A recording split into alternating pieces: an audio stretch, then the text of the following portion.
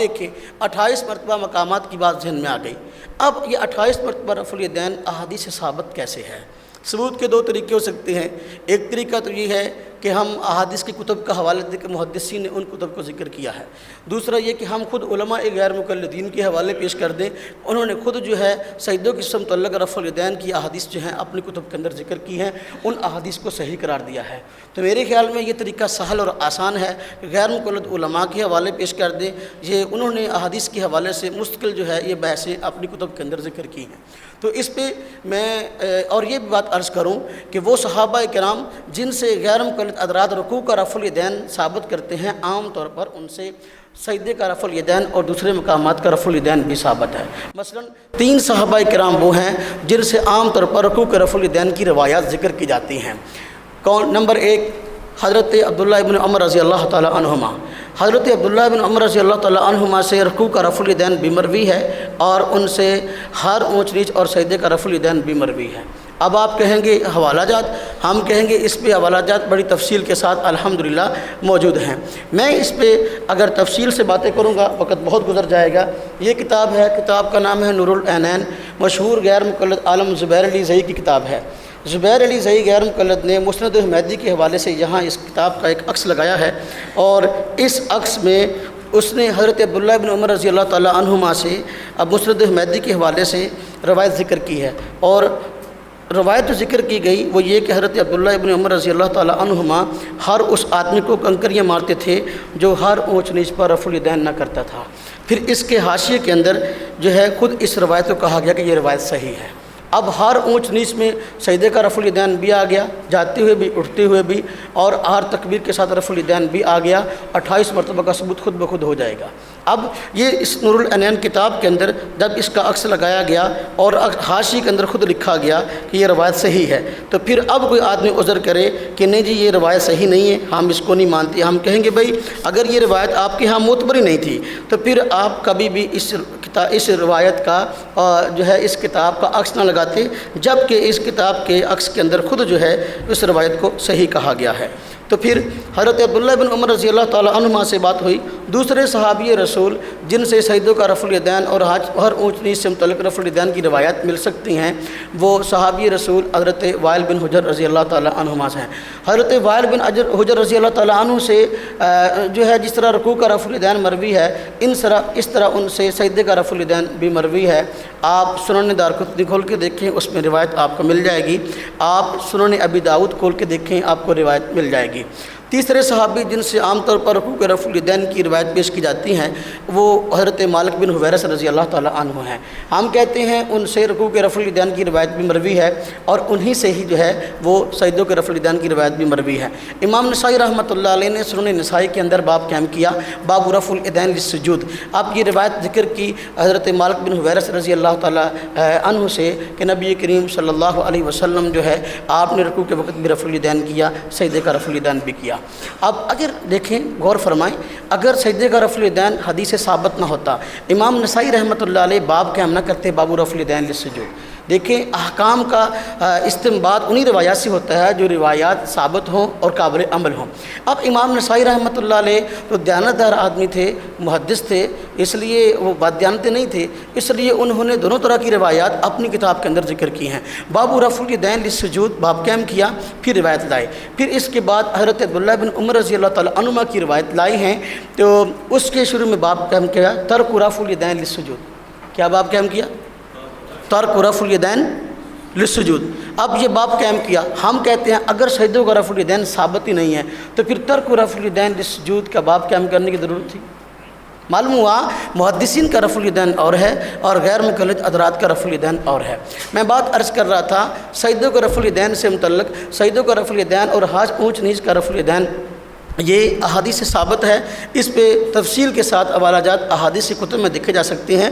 خود علماء غیر مقلدین نے اس پہ مستقل کتابیں بھی لکھی ہیں۔ ایک غیر مقلد عالم ہے جن کا نام ہے مولوی محمد حسین سلفی، انہوں نے خود جو ہے اس موضوع پر کتاب لکھی سجدوں میں رفع الیدین سنت ہے، مستقل کتاب لکھی سجدوں میں رفع الیدین۔ انہوں نے اس کتاب کے اندر کثیر روایات ذکر کی ہیں صحابہ کرام سے، خاص طور پہ ان صحابہ کرام سے جن سے رکوع کا رفع الیدین بھی مروی ہے، اور ان روایات کو انہوں نے صحیح ثابت کیا۔ کتاب کا موضوع کیا ہے؟ سجدوں میں رفع سجدوں میں رفع دین سنت ہے۔ اسی طرح ایک اور کتاب بھی مارکیٹ میں آئی، کتاب کا نام ہے فضل الودود فی تحقیق رفع الیدین للسجود۔ یہ لکھنے والے بھی غیر مقلد عالم ہیں جن کا نام ابو حفص بن عثمان العثمانی الداجلی۔ یہ مجلس اخوان اہل الحدیث ڈیرہ غازی خان سے کتاب چھپی ہے۔ کتاب کا موضوع یہ ہے کہ سجدوں میں رفع الیدین ثابت ہے اور سنت ہے، اور اس میں احادیث ذکر کی گئی اور ان کا صحیح ہونا ثابت کیا گیا۔ آپ دیکھیے دو حوالے ہو گئے۔ اسی طریقے سے ایک تیسرے عالم ہیں کہ انہوں نے مستقل طور پر کتاب سجدوں کے رفع الیدین سے متعلق بھی لکھی، جن کا نام جو ہے عبدالحق بن عبدالواحد الہاشمی ہے۔ انہوں نے مستقل کتاب لکھی، ان کی کتاب چھپتی نہیں ہے، ابھی ایک رسالہ ان کا چھپا ہے عقائد نظریات پر نجات یافتہ لوگوں کا عقیدہ۔ اس میں خاص طور پر جو ہے نجات یافتہ لوگوں کا عقیدہ، اب اس میں بات جو ذکر کی گئی کہ انہوں نے بڑی تکلیفیں برداشت کی ہیں دین کی خاطر، تو اس میں ایک خاص طور پہ بات کہی گئی صفحہ نمبر 28 پر۔ کہتے ہیں کہ سنت کے زندہ کرنے پر ان کو بڑی تکلیفیں اٹھانی پڑی مخالفین کی طرف سے۔ یہ باب قائم کیا اپنے علاقہ میں بعض سنن کا احیاء، صفحہ نمبر 28۔ اس میں کہتے ہیں اپنی بستی میں سب سے پہلے میں نے قرات خلف الامام، رکوع میں جاتے ہوئے اور رکوع سے اٹھتے ہوئے رفع الیدین، اور سجدہ کرتے ہوئے اور سجدہ سے اٹھتے وقت رفع الیدین، بلند آواز سے آمین، نماز میں قدم قدم کے ساتھ ملا کر کھڑے ہونے کے مسئلے کو اٹھایا، اور بدعی امور کے خلاف جہاد کیا۔ یہ ہندوستان میں اہل الحدیث کے امتیازی مسائل ہیں۔ آپ دیکھیے وہ کہتے ہیں کہ میں نے جو بدعی افکار کے خلاف جہاد کیا، ان امور میں ایک امر کیا تھا، رکوع کا رفع الیدین اور سجدے کا رفع الیدین، کہ میں نے لوگوں کو کہا کہ سجدے کا رفع الیدین ثابت ہے، مخالفین نے بڑی تکلیفیں دیں، لیکن کہتا ہے کہ میں نے جو ہے ڈٹ کر مقابلہ کیا اور جہاد کیا۔ اب دیکھو یہ صاحب اس کو جہاد قرار دے رہے ہیں اور اس کو سنت کا احیاء قرار دے رہے ہیں، تو پھر کیسے کوئی آدمی کہہ سکتا ہے کہ سجدوں کا رفع الیدین ثابت نہیں ہے؟